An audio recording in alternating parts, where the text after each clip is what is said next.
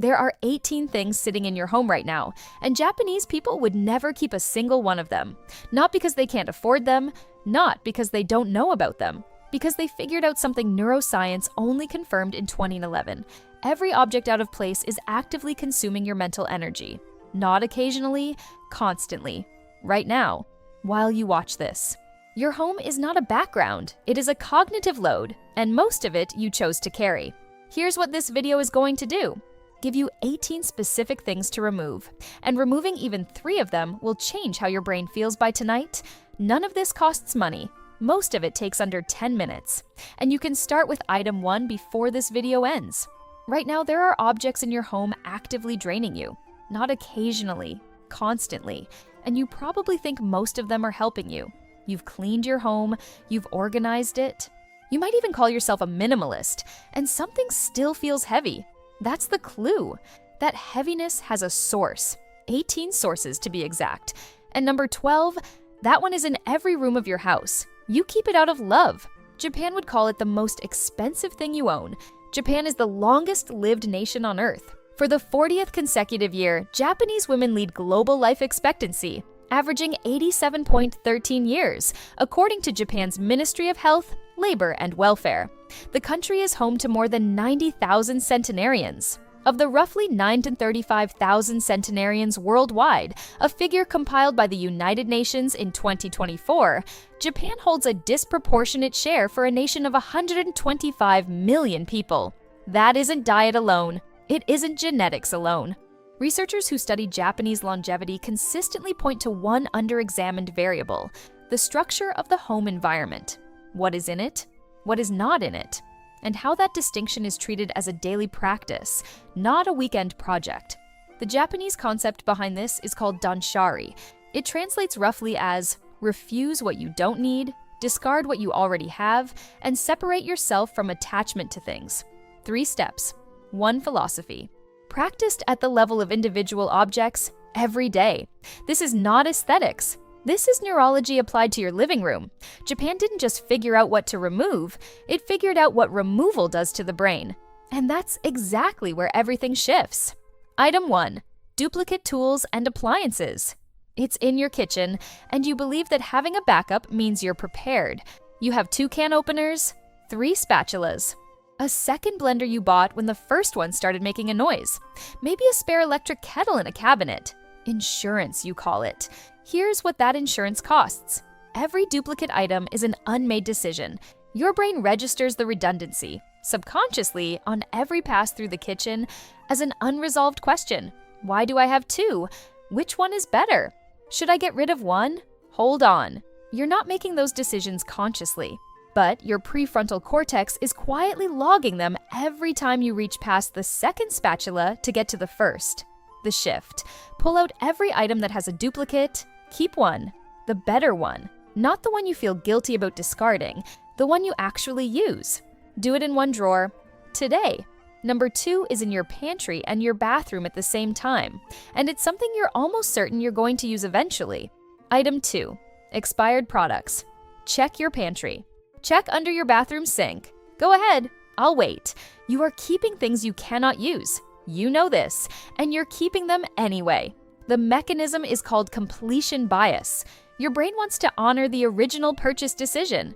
Getting rid of the item feels like admitting the decision was wrong. Let this land. The expired protein powder is not a protein powder anymore.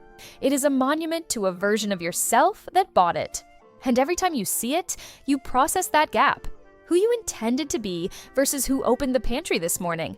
The shift. Set a timer for 10 minutes. Open your pantry, then your bathroom cabinet. Discard anything expired. Don't evaluate. Don't negotiate. Expired means gone. Number 3 is taking up real estate in your living room or bedroom corner, and you're certain its presence is motivating you. Item 3, unused exercise equipment. You know what it is. You can picture it right now. The resistance band's still in the packaging. The stationary bike with clothes draped over it.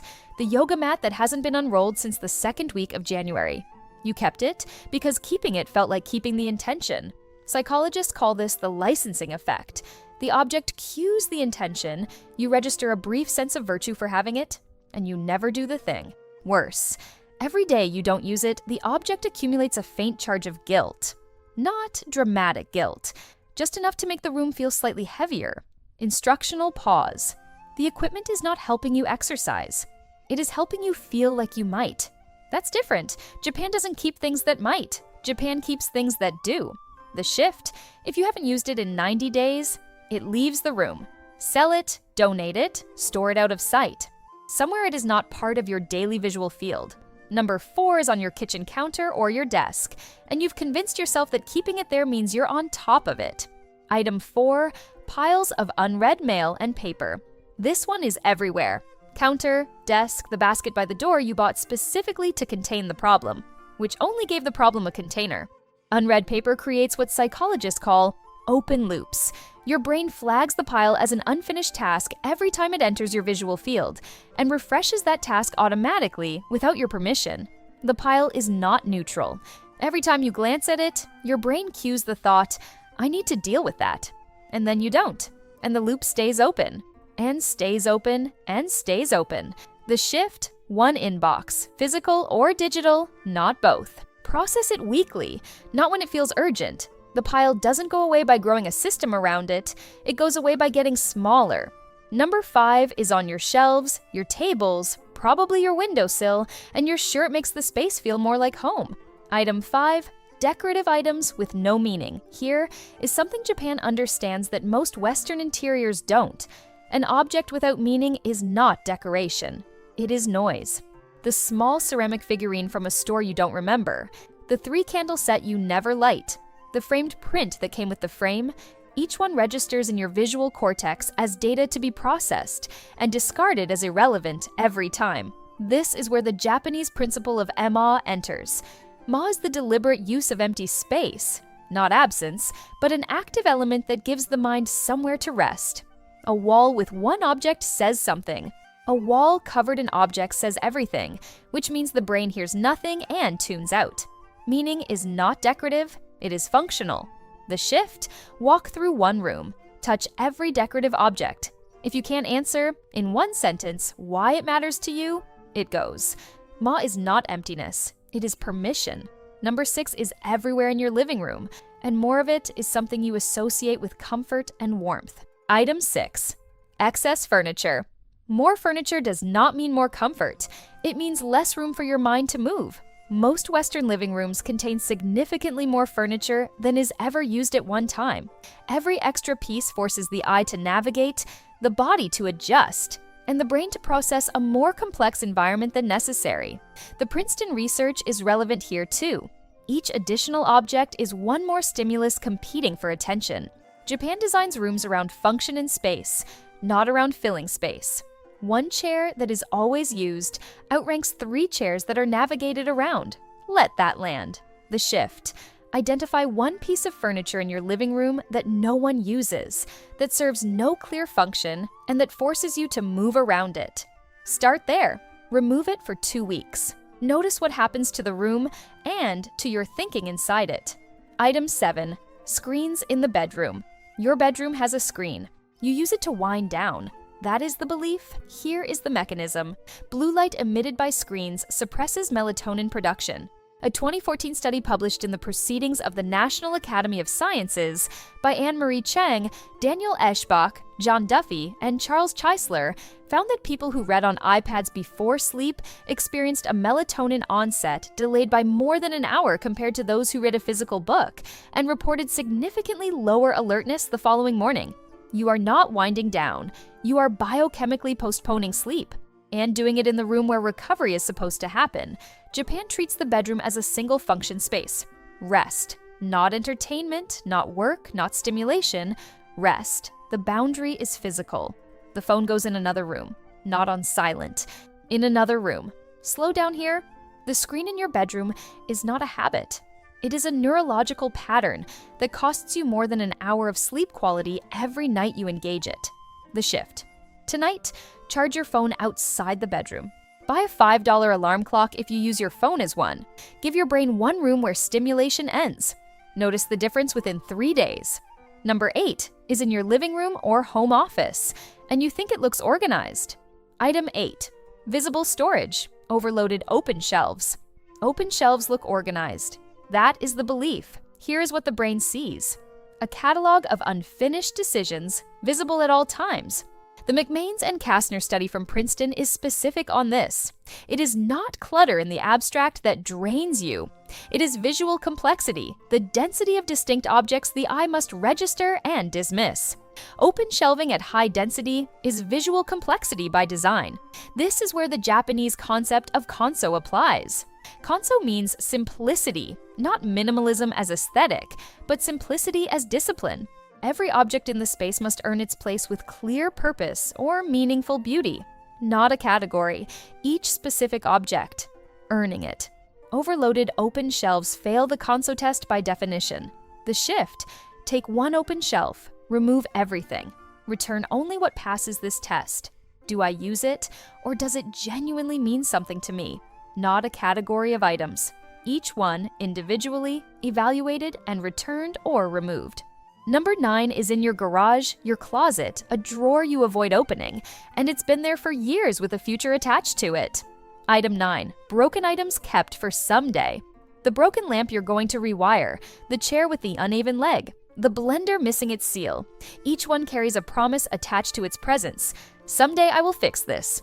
Research published in the Journal of Environmental Psychology, specifically a 2016 study by Catherine Roster titled The Dark Side of Home, found that clutter had a significant negative impact on subjective well-being and life satisfaction. People surrounded by objects they describe as unfinished or incomplete reported higher stress and lower sense of control across the day. Broken objects are not neutral.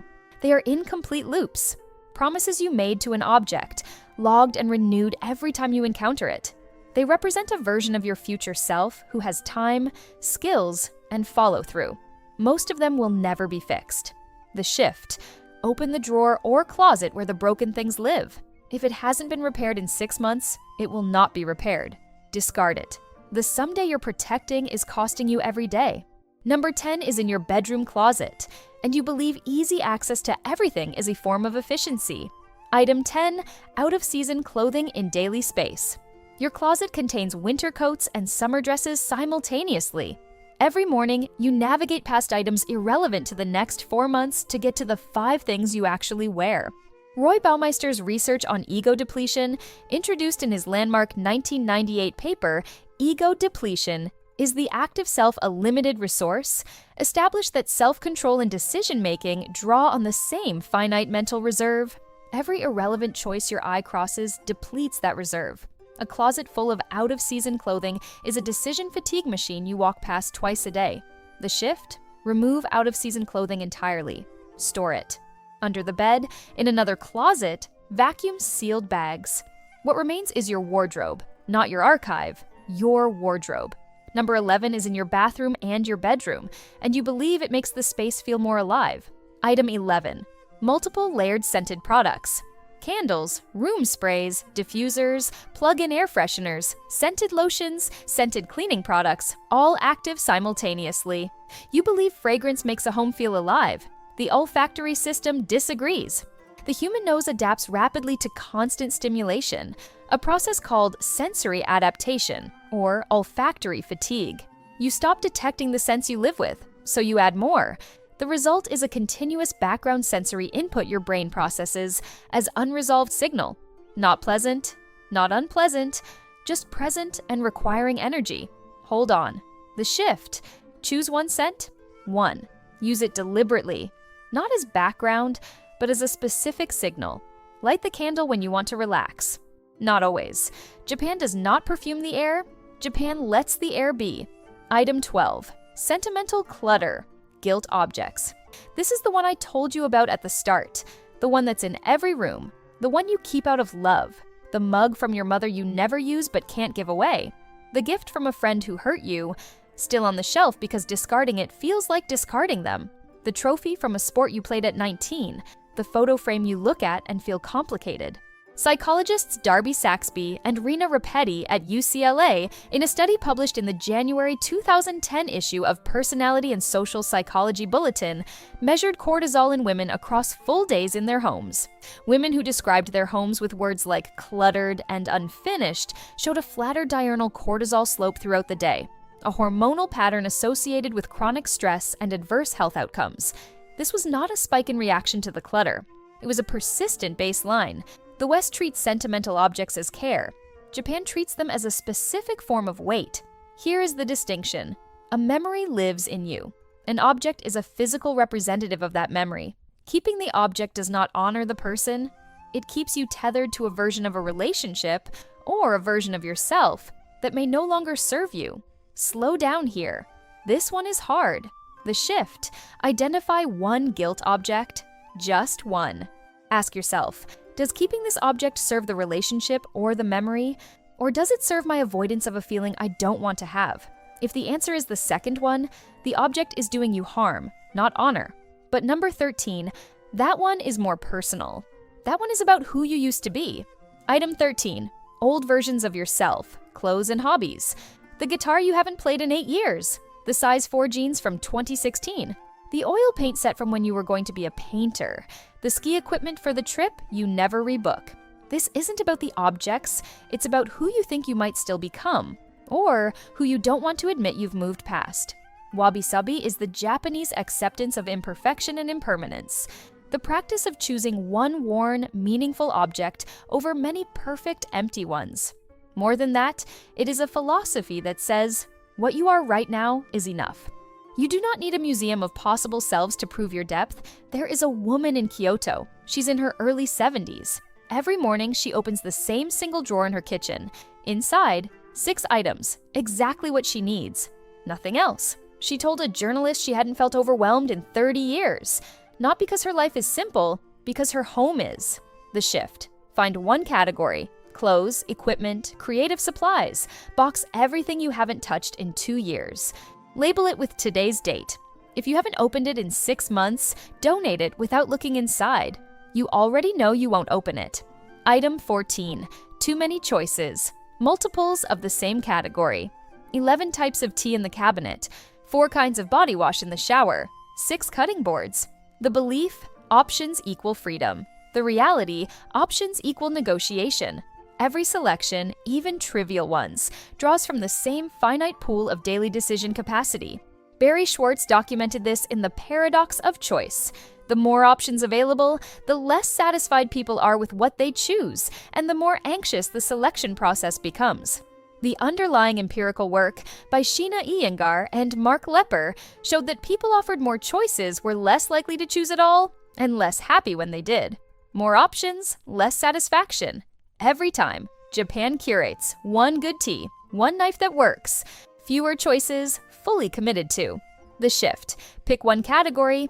Tea, shampoo, cooking oil, whatever feels most absurd in your home. Reduce to one. Not the best one, just one. Notice whether the decision was ever actually giving you freedom.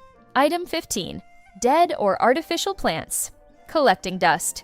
The dried out succulent you've been meaning to water for 2 months. The silk ficus losing its leaves to dust. The arrangement of fake flowers whose color has faded. These were brought in to add life. They are now the visual evidence of neglect. Objects that require attention you haven't given them, or imitations of life that carry none of its quality. Neglect made visible. Daily. Think about that. The shift. Remove anything dead. Remove any artificial plant collecting dust. If you want greenery, keep one plant you can actually sustain. 1. Learn its name and its water schedule. That's a living thing in your home. Everything else is a prop. Number 16 is in your living room and your kitchen, and you think of it as company. Item 16. Background noise devices. Always on TV and music. The television on in a room no one is watching. The playlist that runs from morning to night. The podcast that fills the silence during every quiet moment. You believe silence is uncomfortable. Japan believes silence is structural. Research by Nick Perham and Joanne Vizard, published in Applied Cognitive Psychology in 2011, confirmed what is known as the irrelevant sound effect. background audio, even music you enjoy, impairs serial recall and cognitive performance compared to quiet. The sound doesn't have to be loud. It doesn't have to be annoying. It just has to be there. Sit with that. The shift. For one day, leave the television off when you're not watching it. Notice when the impulse to turn it on arrives. That impulse, the one that reaches for the remote when the room gets quiet, is the thing worth examining. Item 17. Bedside clutter books you're currently reading. Books you're not currently reading. Chargers for 2 devices. The water bottle. The sleep mask you forgot you owned. 3 lip balms. The notebook for important nighttime thoughts that you've written in twice. Your bedroom is supposed to do one thing: end the day. Every object on a nightstand is a cue. A book is a cue to read. A phone charger is a cue to check. A notebook is a cue to plan. The brain reads cues even when you're trying to sleep. The cognitive wind down you're hoping for is being interrupted item by item before it starts. The shift. Remove everything from the surface of your nightstand except one. The one most essential thing. Sleep is not compatible with optionality. Let the room tell you what the room is for. Number 18 is the one you've been avoiding the longest, and it's hiding in plain sight, labeled with a word you use every day. Item 18. The someday box. This is the last one, and it's everywhere. You know what it is. It's the box under the bed, the bins in the storage unit, the corner of the closet where things go to wait. Every item in there has the same label, spoken or unspoken. Someday. Someday I'll use this. Someday I'll deal with this. Someday I'll be ready. There's a particular weight to that word. Someday. It's not hope. It's deferred grief. It's the things you can't decide about, wrapped in a future self who will have the clarity you don't have now. Japan calls this type of attachment a loss of danshari, a failure to complete the 3rd step. Separation. Not from things, from the identity attached to things. Here's the tool I promised you at the start. 3 steps. Do this today. The someday box. 3-step test. Step 1. Find every item in your home labeled, physically or mentally, as someday. Step 2. Hold each one and ask, if I found this in a stranger's house, would I think it was worth keeping? Step 3. If the answer is no, it is not a memory. It is a weight. Let it go. That's it. Not a system, not a philosophy. 3 questions.